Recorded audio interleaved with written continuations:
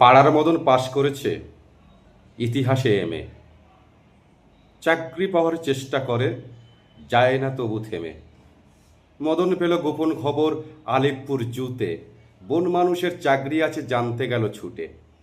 বন মানুষের মুখোশ পরে থাকতে হবে খাঁচায়, মাসের বেতন 700 টাকা, খেতে দেবে যা চায়। বেকার মদন অনিচ্ছাতে চাকরিখানা নিল। দর্শকরা বেজায় খুশি, দারুণ মজা পেল। একদিন তো লম্ফ দিয়ে পড়ল পাশের খাঁচায়, পাশেই ছিল নেগড়ে বাঘ, কে বা তাকে বাঁচায়।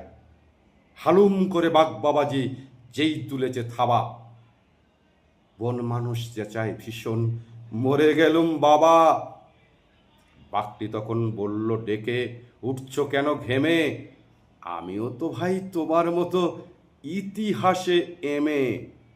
নমস্কার।